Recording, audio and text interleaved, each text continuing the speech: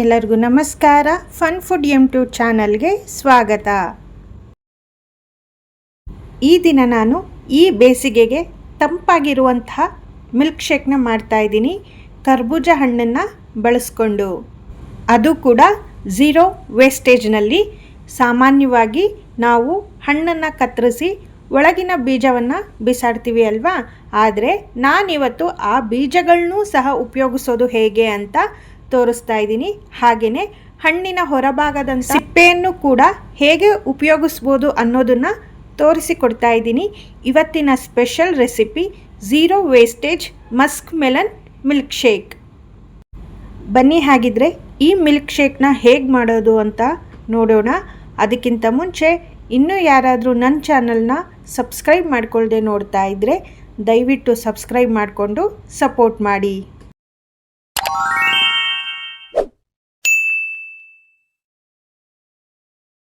ಇಲ್ಲಿ ನಾನು ಹಣ್ಣಾಗಿರುವಂತಹ ಕರ್ಬೂಜ ಹಣ್ಣನ್ನು ತೊಗೊಂಡಿದ್ದೀನಿ. ಅದ್ರದ್ದು ಮೇಲೆ ಈ ರೀತಿ ಸ್ವಲ್ಪ ಕಟ್ ಮಾಡಿಕೊಂಡು ಬೀಜ ಎಲ್ಲ ತೆಗೆದು ಸಪ್ರೇಟ್ ಮಾಡಿ ಇಟ್ಕೊಳ್ತಾ ಇದ್ದೀನಿ. ಈ ಕರ್ಬೂಜ ಹಣ್ಣಿನ ಬೀಜಗಳಲ್ಲಿ ಒಮೆಗಾ 3 ಫ್ಯಾಟಿ ಆಸಿಡ್ ಮತ್ತು ಪ್ರೋಟೀನ್ ಅಧಿಕವಾಗಿರುತ್ತೆ. ಅದನ್ನು ನಾವು ಬಿಸಾಕದೇನೆ ಬಳಸ್ಬೋದು. ಈ ರೀತಿ ಹಣ್ಣಿನ ಬೀಜಗಳನ್ನ ನಾನು ತೆಗೆದು ಇಟ್ಕೊಳ್ತಾ ಇದ್ದೀನಿ. ನಿಮಗೆ ಬೇಕಿದ್ದರೆ ಮಧ್ಯದಲ್ಲಿ ಕಟ್ ಮಾಡಿ ಸಹ ತೆಗಿಬೋದು.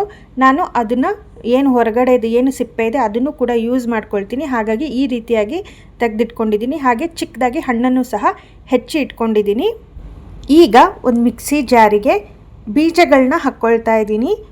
ಪೂರ್ತಿಯಾಗಿ ಬೀಜಗಳನ್ನ ಹಾಕ್ಕೊಳ್ತಾ ಇದ್ದೀನಿ, ಮಸ್ಕ್ ಮೆಲನ್ ಬೀಜಗಳನ್ನ. ಈ ಬೀಜಗಳ ಜೊತೆಗೆ ನಾನು ಡೈಮಂಡ್ ಕಲ್ಸಕ್ಕರೆ ಬರುತ್ತಲ್ವ, ಅದನ್ನು ಸೇರಿಸ್ತಾ ಇದ್ದೀನಿ. ಒಂದು 2 ಸ್ಪೂನ್ ಆಗುವಷ್ಟು ಕಲ್ಸಕ್ಕರೆನ ಸೇರಿಸ್ತಾ ಇದ್ದೀನಿ. ಇದ್ರ ಜೊತೆಲಿ ಕಾಯಿಸಿ ಆರಿಸಿ ಇಟ್ಟಿರುವಂತಹ ತಣ್ಣಗಿರೋ ಹಾಲನ್ನು ಸೇರಿಸ್ತಾ ಇದ್ದೀನಿ. ಒಂದು ಅರ್ಧ ಕಪ್ ಹಾಕಿದ್ರೆ ಸಾಕಾಗುತ್ತೆ. ಹಾಗೆ ಒಂದೇ ಒಂದು ಏಲಕ್ಕಿನೂ ಸಹ ಹಾಕಿದ್ದೀನಿ. ಇದನ್ನು ಮಿಕ್ಸಿಯಲ್ಲಿ ನುಣ್ಣಗೆ ರುಬ್ಕೋಬೇಕಾಗುತ್ತೆ. ಬೀಜ ಎಲ್ಲ ಪೌಡ್ರ್ ರೀತಿ ಆಗಬೇಕು. ಹಾಗೆ ಒಂದು 3 ಐಸ್ ಕ್ಯೂಬ್ನ ಸಹ ಸೇರಿಸಿದ್ದೀನಿ. ಇದನ್ನು ನುಣ್ಣಗೆ ರುಬ್ಕೋಬೇಕಾಗುತ್ತೆ. ಈ ರೀತಿಯಾಗಿ ಕ್ರೀಮಿ ಟೆಕ್ಸ್ಚರ್ ಬರಬೇಕು. ಇದನ್ನು ಒಂದು ಶೋಧಿಸ್ಕೊಳ್ತಾ ಇದ್ದೀನಿ ನಾನು. ಶೋಧಿಸೋದ್ರಿಂದ ಬೀಜದ್ದು ಸಿಪ್ಪೆ ಎಲ್ಲ ಏನಿರುತ್ತೆ ಅದು ಪೂರ್ತಿಯಾಗಿ ಕ್ಲಿಯರಾಗಿ ಬರುತ್ತೆ. ನಮಗೆ ಬೀಜದ ಮಿಲ್ಕ್ ಶೇಕು ನಮಗೆ ರೆಡಿಯಾಗಿದೆ. ಈ ರೀತಿಯಾಗಿ ಕರ್ಬೂಜ ಹಣ್ಣಿನ ಬೀಜನ ಬಿಸಾಕೋ ಬದಲು ಈ ರೀತಿಯಾಗಿ ನಾವು ಉಪಯೋಗಿಸ್ಕೋಬಹುದು. ತುಂಬಾ ರುಚಿಯಾಗಿರುತ್ತೆ. ಒಮ್ಮೆ ಈ ರೀತಿಯಾಗಿ ಟ್ರೈ ಮಾಡಿ ನೋಡಿ. ಈಗ ಹಣ್ಣನ್ನು ಹೆಚ್ಚಿ ಇಟ್ಕೊಂಡಿದ್ವಲ್ಲ, ಅದನ್ನು ಕೂಡ ಎಲ್ಲನೂ ಒಂದು ಮಿಕ್ಸಿ ಜಾರ್ಗೆ ಹಾಕ್ಕೊಳ್ತಾ ಇದ್ದೀನಿ. ಬೀಜ ಮತ್ತು ಹಣ್ಣಿಂದು ಮಿಲ್ಕ್ ಶೇಕ್ನ ನಾನು ಸಪ್ರೇಟಾಗಿ ಮಾಡ್ಕೊಂಡಿದ್ದೀನಿ. ಒಟ್ಟಿಗೆ ಸಹ ಮಾಡ್ಕೋಬೋದು, ಆದರೆ ಸಪ್ರೇಟಾಗಿ ಮಾಡಿಕೊಂಡ್ರೆ ಅದ್ರ ರುಚಿನೇ ಬೇರೆ ಸಿಗುತ್ತೆ ನಮಗೆ. ಬೀಜದ್ದು ಈ ಹಣ್ಣಿನ ರುಚಿನೇ ಬೇರೆ ರೀತಿಯಾಗಿ ಸಿಗುತ್ತೆ. ಬೇಕಿದ್ರೆ ನೀವು ಒಟ್ಟಿಗೆ ಸಹ ಮಾಡ್ಕೋಬೋದು. ಇದಕ್ಕೆ ನಾನು ಒಂದು ಏಲಕ್ಕಿನ ಹಾಕಿ 1 ಕಪ್ ಆಗುವಷ್ಟು ತಣ್ಣಗಿರುವಂತಹ ಹಾಲನ್ನು ಸೇರಿಸಿ ಒಂದು 2 ಪೀಸ್ ಆಗುವಷ್ಟು ಬೆಲ್ಲನ ಸೇರಿಸ್ತಾ ಇದ್ದೀನಿ. ಬೇಕಿದ್ರೆ ಜೇನುತುಪ್ಪ ಅಥವಾ ಸಕ್ಕರೆನೂ ಸಹ ಬಳಸಿ ಮಾಡ್ಕೋಬೋದು. ಇಷ್ಟೇ ಈಸಿಯಾಗಿ ಕರ್ಬೂಜ ಹಣ್ಣಿನ ಮಿಲ್ಕ್ ಶೇಕ್ ರೆಡಿಯಾಗುತ್ತೆ. ಒಂದು ಗಾಜಿನ ಲೋಟದಲ್ಲಾದರೂ ಸರ್ವ್ ಮಾಡ್ಕೋಬೋದು.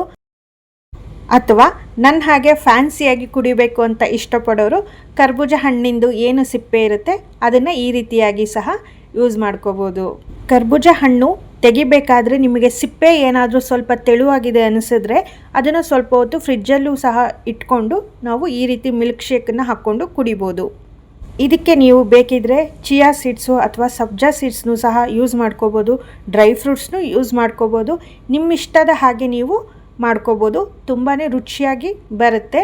ಇನ್ನು ಸಿಪ್ಪೆ ಏನಾದರೂ ಉಳಿದಿದೆ ಅಂದಾಗ ಅದನ್ನು ಚಿಕ್ಕದಾಗಿ ಕಟ್ ಮಾಡಿಕೊಂಡು ನಿಮ್ಮ ಮನೇಲಿ ಗಿಡಗಳಿದ್ದರೆ ಅದಕ್ಕೆ ಹಾಕಿ ಉತ್ತಮ ಸಾವಯವ ಗೊಬ್ಬರ ಹಾಗೂ ಕೂಡ ನಾವು ಬಳಸ್ಬೋದು. ಹೀಗೆ ಒಂದೇ ಹಣ್ಣಿನಲ್ಲಿ ಮಿಲ್ಕ್ ಶೇಕ್ ಸಹ ಆಯಿತು, ವೇಸ್ಟೇಜ್ ಕೂಡ ಕಡಿಮೆ ಆಯಿತು. ಈ ಆರೋಗ್ಯಕರ ಮತ್ತು ಪರಿಸರ ಸ್ನೇಹಿ ಮಿಲ್ಕ್ ಶೇಕ್ ನೀವು ಒಮ್ಮೆ ಟ್ರೈ ಮಾಡಿ ನೋಡಿ. ಈ ರೆಸಿಪಿ ನಿಮಗೆ ಇಷ್ಟವಾಗಿದ್ದರೆ ಲೈಕ್ ಮಾಡಿ, ಕಮೆಂಟ್ ಮಾಡಿ, ಶೇರ್ ಮಾಡಿ, ಸಬ್ಸ್ಕ್ರೈಬ್ ಮಾಡೋದನ್ನು ಮರಿಬೇಡಿ. ಹಾಗೆ ಹೈಪ್ ಕೂಡ ಮಾಡಿ. Thank you.